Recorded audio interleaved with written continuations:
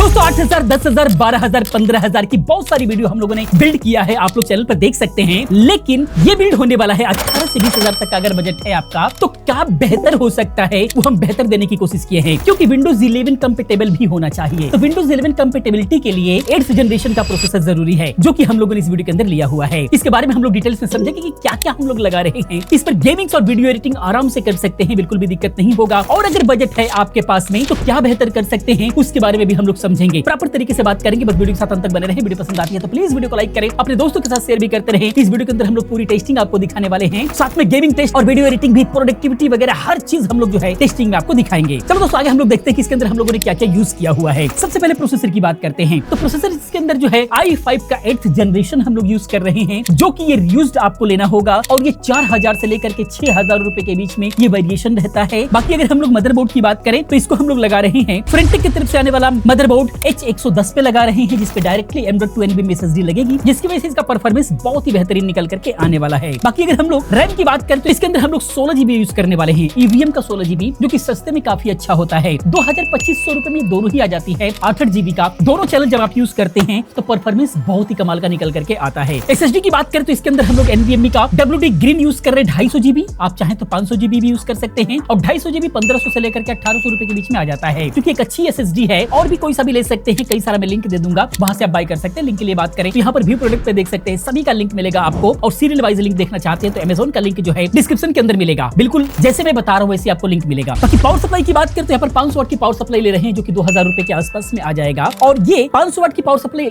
जरूरी है, क्योंकि इसके अंदर जो है ग्राफिक कार्ड आप थोड़ा सा और भी अपग्रेड कर पाएंगे। इसके अंदर जो है 6-8 पिन का जो सॉकेट होता है वो मिल जाता है, जिसकी वजह से ग्राफिक कार्ड को आप सप्लाई दे पाते हैं। बाकी ग्राफिक कार्ड की बात करते हैं, इसके अंदर हम लोग जो है RX 550 लगाने वाले हैं, जो कि सफीरे की तरफ से आने वाला है। और सस्ते में यही एक ऐसा ग्राफिक कार्ड है जिसके अंदर हार्डवेयर एनकोडिंग मिलता है, यानी कि रेंडरिंग में, वीडियो एडिटिंग में काफी अच्छा आपका हेल्प करने वाला है। तो इसको हम लोग यूज कर रहे हैं, और खास करके गेमिंग में भी बहुत अच्छा परफॉर्म करता है, अगर प्राइस के हिसाब से देखा जाए तो। ये सारी चीजें अगर आप लगाते हैं इस तरीके से तो लगभग ये 17 से लेकर के 20,000 के अंदर ये बनेगा। इसमें डिपेंड करता है कि किस वक्त आप ये पीसी बिल्ड कर रहे हैं और कहां से आप खरीद पा रहे हैं, इसके ऊपर डिपेंड करता है। वैसे लिंक हमने दे रखा है। तो ये सारी पीसी बिल्ड हम लोगों ने किया हुआ है। चलिए चलते हैं डेस्कटॉप पर, देखते हैं कि इसका परफॉर्मेंस कैसा निकल करके आता है। तो दोस्तों आगे डेस्कटॉप पर आइए देखते हैं इसका कॉन्फ़िगरेशन। यहाँ पर आप देख पाएंगे Intel Core i5 का 8500 प्रोसेसर यूज हो रहा है, 6 कोर 6 थ्रेड से इसके अंदर, तो मल्टीटास्किंग भी बहुत अच्छा होने वाला है। साथ में जीपीयू की बात करें तो यहाँ पर Radeon RX 550 सीरीज का ग्राफिक कार्ड लगा हुआ है, जो कि इसके अंदर हम लोग टेस्टिंग करने वाले हैं। दोनों मिलकर के एक बेहतरीन परफॉर्मेंस निकाल करके देने वाले हैं। बाकी अगर हम इसके परफॉर्मेंस की बात करें तो हम लोगों ने एक बार में एक बड़ी फाइल हम लोगों ने Corel Draw 2021 में हम लोगों ने ओपन किया, फोटोशॉप भी हम लोगों ने इसके अंदर इंस्टॉल किया हुआ है 2021, दोनों के अंदर ही हम लोगों ने हैवी फाइल को ओपन किया, साथ में प्रीमियर प्रो को भी ऑन किया, साथ में ऑनलाइन भी हमने बहुत सारे मल्टीटास्किंग को करने की कोशिश किया है। ये सारे सॉफ्टवेयर एप्लीकेशंस जो है एक साथ ओपन होकर के इसको हम लोगों ने ट्राई किया।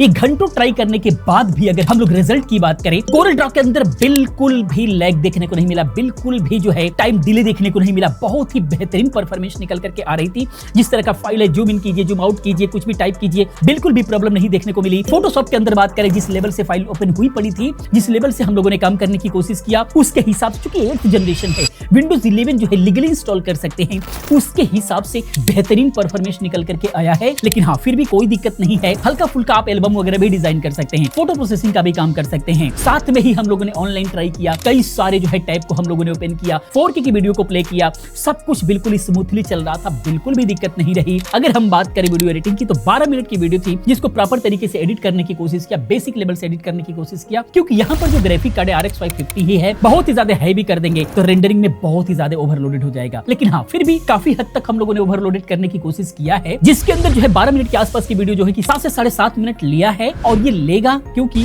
RX 550 थोड़ा सा ओल्डर है। अगर इससे बेहतर चाहिए तो GTX 1050 Ti अगर ले लेते हैं तो इससे बेहतर परफॉर्मेंस आपको देगा। थोड़ा सा प्राइस बढ़ जाएगा, करीब 2,000 रुपए के आसपास बढ़ेगा यूज्ड अगर आप खरीदते हैं तो इस तरीके से अगर 2,000 रुपए वैल्यू नहीं रखता तो आप इसके RX 550 के जगह पर आप इसी के अंदर जो है आप GTX 1050 Ti लगा लेते हैं तो बिल्कुल भी मजा आ जाएगा। रेंडरिंग भी आपको 7 मिनट से घट करके 3-3.5 मिनट के अंदर आ जाएगी, जिसकी वजह से परफॉर्मेंस इसका और भी बेहतरीन नजर आएगा। तो ये तो सारा रहा प्रोडक्टिविटी का काम। लेकिन बेंचमार्क की अगर हम लोग बात करें तो यहाँ पर CPU बेंचमार्क में हम लोगों ने ट्राई किया Cinebench R23, जिसका स्कोर आपके सामने दिखाई दे रहा है, और Geekbench भी हम लोगों ने चलाया, जिसका स्कोर आपके सामने दिखाई दे रहा है। इससे CPU के पावर का पता चलता है। GPU की अगर हम लोग बात करें तो 3D Mark हम लोगों ने चलाया, Geekbench OpenCL और Geekbench Vulkan भी हम लोगों ने चलाया, जिसका स्कोर आपके सामने दिखाई दे रहा है। PC Mark 10 भी हमने चलाया, जिसका स्कोर आप देख सकते सकते हैं। इस बेंचमार्क से ये पता लग रहा है कि इसका क्या पावर रहने वाला है, यानी कि कुल मिला जुला करके बेसिक लेवल से आप जितने भी काम कर सकते हैं आराम से कर सकते हैं। वीडियो एडिटिंग वगैरह सीखना चाहते हैं, प्रीमियर प्रो सीखना चाहते हैं, कर सकते हैं। और जितने भी फोटोशॉप कोरल ड्रा हैवी से हैवी आप काम कर सकते हैं, कहीं भी दबने वाला नहीं है। ये तो रहा प्रोडक्टिविटी जो कि बहुत ही शानदार परफॉर्मेंस रहा। लेकिन अगर हम लोग बात करें कि गेमिंग का क्या रहेगा, तो चलिए देते हैं आकाश को, देखते हैं कि गेमिंग में क्या रहता है,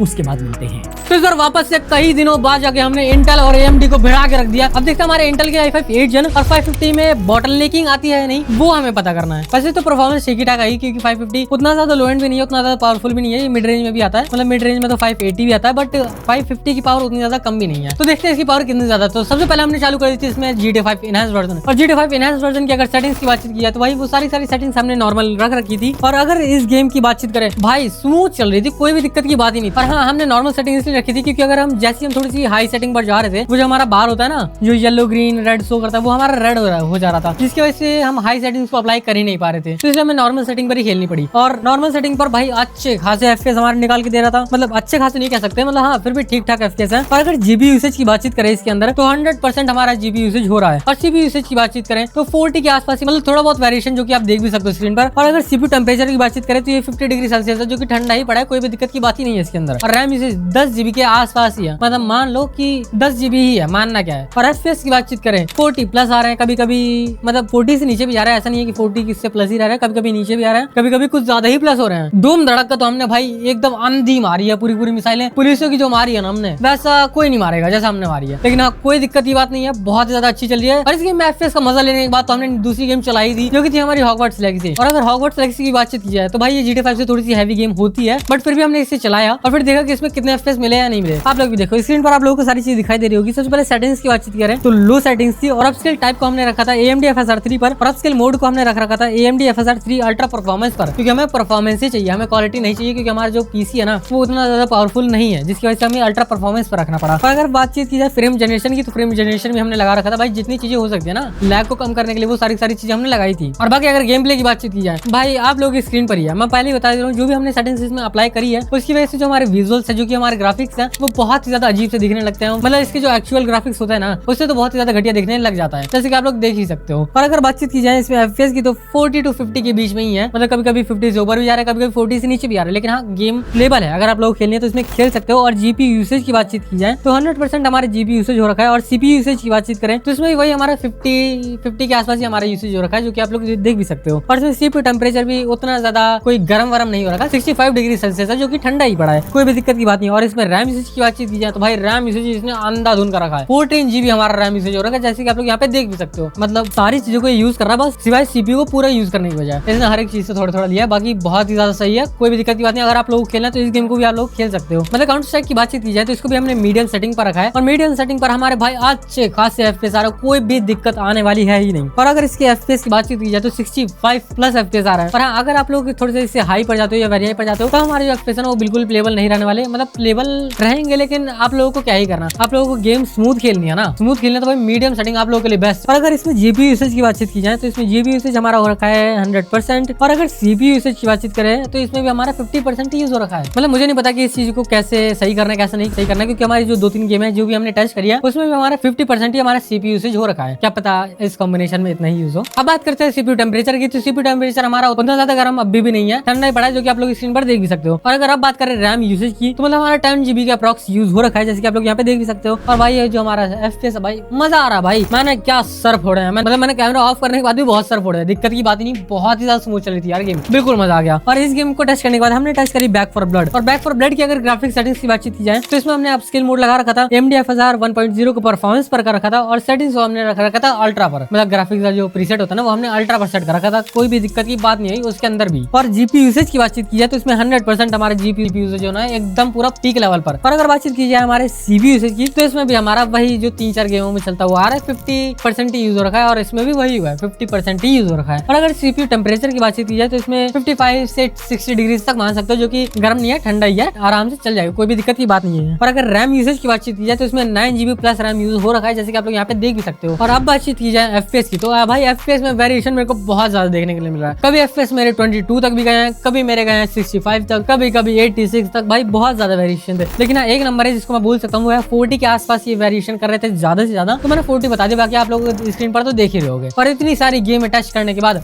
हम अपनी फ्री फायर को कैसे नहीं टच करेंगे भाई, उसके तो कमेंट ही भर जाते हैं भाई। और फ्री फायर भी हमने चलाई तो हमने इसको स्टैंडर्ड सेटिंग पर रखा, क्योंकि i5 के 3rd जेन 4th जेन में भी ये स्मूथ पर चल लेते हैं, क्योंकि फिर भी i5 का 8th जेन है, क्योंकि इसमें जीपीयू का तो कोई रोल है ही नहीं, तो सीपीयू का ही सिर्फ और सिर्फ रोल है। तो i5 का 8th जनरेशन था, तो इस हिसाब से बताऊं तो भाई अच्छा खासा परफॉर्मेंस निकल के आई है स्टैंडर्ड सेटिंग पर। और अगर आप लोग खेलना है तो आप लोग एमुलेटर यूज करोगे, जैसे ब्लूस्टैक हो गया, मीम प्लेयर हो गया, स्मार्ट गागा, ये सब जो भी यूज करना है कर सकते हो, कोई भी दिक्कत नहीं आएगी। मेरे केस में तो बिल्कुल भी दिक्कत नहीं आई, आई होप आप लोगों को भी नहीं आएगी। तो ये थी हमारी गेम टेस्टिंग। अगर आप लोगों को इसमें कोई भी दिक्कत आई हो, कोई भी अगर सिंगल चीज आप लोगों को ना समझ में आई हो, तो आप लोग कमेंट जरूर करना, रिप्लाई जरूर मिलेगा। तो मिलते हैं नेक्स्ट वीडियो में, तब तक के लिए बाय बाय। तो दोस्तों ये था i5 8500 यानी कि 8th जनरेशन के साथ में RX 550 का कमाल, जो कि आप लोगों ने देखा। प्रोडक्टिविटी की अगर हम लोग बात करें तो बहुत ही कमाल का रहा, कहीं भी कॉम्प्रोमाइज करने की जरूरत नहीं है। गेमिंग्स का रिजल्ट भी आप लोगों ने देखा, मिला जुला करके प्राइस के अकॉर्डिंग बहुत अच्छा रहा, कोई दिक्कत नहीं रही। मिला जुला करके 18 से 20 हजार का अगर बजट है तो आप थोड़ा सा ऊपर नीचे करके अपने अकॉर्डिंग बजट को सेट कर सकते हैं। बाकी ये वीडियो टेस्टिंग कैसा लगा प्लीज कमेंट में जरूर बताएं। इसी प्रकार की तमाम वीडियोस को देखने के लिए चैनल को सब्सक्राइब करें, चैनल के साथ बने रहें, क्योंकि इस तरह की तमाम वीडियोस हम लोग लेकर के आते रहते हैं। मिलते हैं अगली वीडियो में किसी और इन्फॉर्मेटिव वीडियो के साथ में। पूरी वीडियो देखने के लिए चैनल को सब्सक्राइब करने के लिए आप सभी का बहुत बहुत धन्यवाद।